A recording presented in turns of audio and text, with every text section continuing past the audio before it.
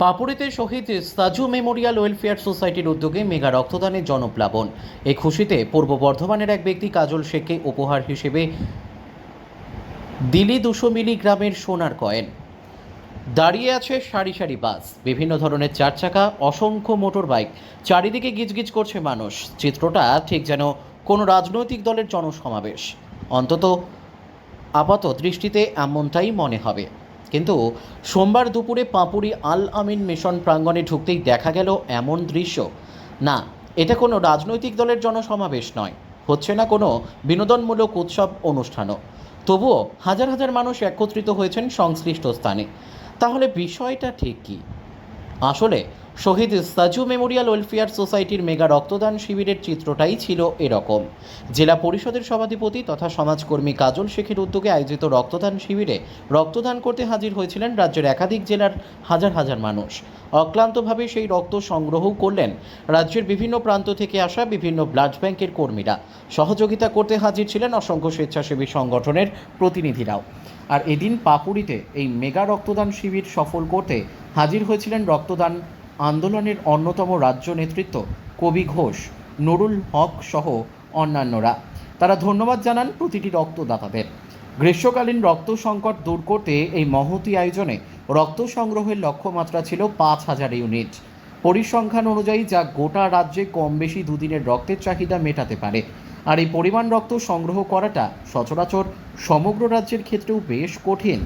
আর এহেন মেগা রক্তদান শিবিরের আয়োজন রাজ্য তথা সমগ্র দেশেও একরকম বিরল, তা বলাই যায়।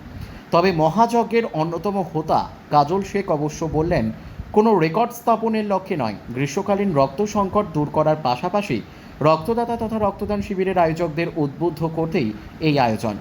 রক্তদান শিবিরে হাজির ছিলেন বোলপুরের সাংসদ অসিত মাল, নানুরের বিধায়ক বিধানচন্দ্র মাঝি, কেতুগ্রামের বিধায়ক শেখ শাহনওয়াজ, নানুরের বিডিও সন্দীপ সিংহ রায়, নানুর থানার ওসি নিতু সিনহা সহ অসংখ্য জনপ্রতিনিধি ছিলেন। স্বাস্থ্য ও প্রশাসনিক দপ্তরের বেশ কিছু আধিকারিকও।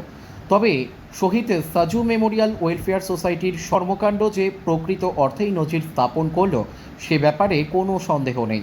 যেখানে 50 ইউনিট রক্ত সংগ্রহ করাটাই শক্ত কাজ হয়ে ওঠে, সেখানে 5,000 ইউনিট রক্ত সংগ্রহের জন্য উদ্যোগ গ্রহণ যে প্রকৃত অর্থেই জেলা রাজ্য পেরিয়ে সমগ্র দেশবাসীকে প্রেরণা যোগাবে, সেই সঙ্গে আগামীতে রক্ত সংকট দূর করতে ও আপৎকালীন পরিস্থিতি মোকাবেলা করার ক্ষেত্রে এই শিবির যে যথেষ্ট সহায়ক হবে তা বলাই বাহুল্য। নানুর থেকে শুভদীপ গুইয়ের report, crime press Bengal news. আয়োজন করা হয়েছে, এটা আগামী কত বছর ধরে আয়োজন করছেন? দেখুন, আমি একজন রাজনীতিবিদ, বা রাজনীতিটা আমার রক্তে মিশে আছে, রাজনীতির ঘরানায় আমার জন্ম। কিন্তু তার থেকেও বেশি আমি সমাজ সেবামূলক কাজটা করতে বেশি ভালোবাসি। আমার দাদা শহীদ সাজু, যে বিএসএফ এর কমান্ডার জওয়ান ছিল, 2000 সালে 28শে মার্চ তাকে নিষ্ঠুর নির্মমভাবে হত্যা করা হয়েছিল। তার স্মৃতিকে রোমন্থন করার জন্য আমরা প্রত্যেক বছর কোনো না কোনো সোশ্যাল ওয়ার্ক করে থাকি। তার মধ্যে এই রক্তদান আন্দোলনটাও একটা বা কর্মসূচি। অন্যান্য বছরের তুলনায় কি এবছর ডোনারের সংখ্যা বেড়েছে? 3 বছর হলো এই রক্তদান কর্মসূচি আমরা করছি। প্রথম বছর 9 দিনের টানা রক্তদান কর্মসূচি করেছিলাম। প্রত্যেক দিন 200-250 ব্লাড ডোনার এখানে এসেছিল, ব্লাড ডোনেট করেছে। তারপর গত বছরে আমরা 5,000 মেগাওয়াট ব্লাড ডোনেট করার জন্য একটা শিবির করেছিলাম। সেখানে অবশ্যই 5,000 মেগাওয়াট ব্লাড ডোনেট হয়নি, কিন্তু আমরা প্রায় 3,000-এর কাছাকাছি ব্লাড ডোনেট করতে সক্ষম হয়েছিলাম। এবছরও 5,000-এর টার্গেট আমাদের আছে।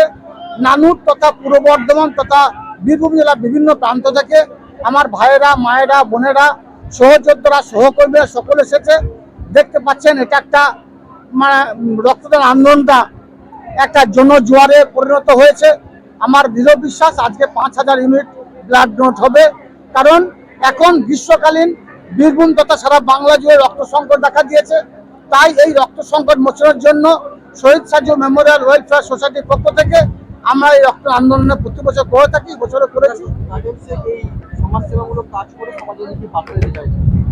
আমি আগেও বলেছি, আবার বলছি, আমার রক্তে রাজনীতি মিশে আছে, রাজনীতির ঘরানায় আমার জন্ম, কিন্তু সমাজসেবামূলক কাজটা আমি বেশি ভালোবাসি, সব সময়ের জন্য করে থাকি।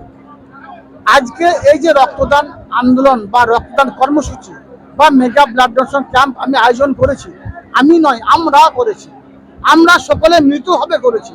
তার কারণ সারা বাংলা তথা বিভিন্ন রাজ্যে যে রক্ত সংকট দেখা দিয়েছে, আমার যারা থ্যালাসেমিয়া ভাই বোন আছে তার রক্ত ঠিকঠাকভাবে পরিষেবা পাচ্ছে না, আমার যারা প্রসূতি মায়েরা আছে তাদের রক্তের জন্য অনেকে অকালে মৃত্যুবরণ করতে হচ্ছে, আমার যারা মুমূর্ষু রোগী ভাইরা মায়েরা বোনরা আছে তারা সঠিক সময়ে রক্ত পাচ্ছে না।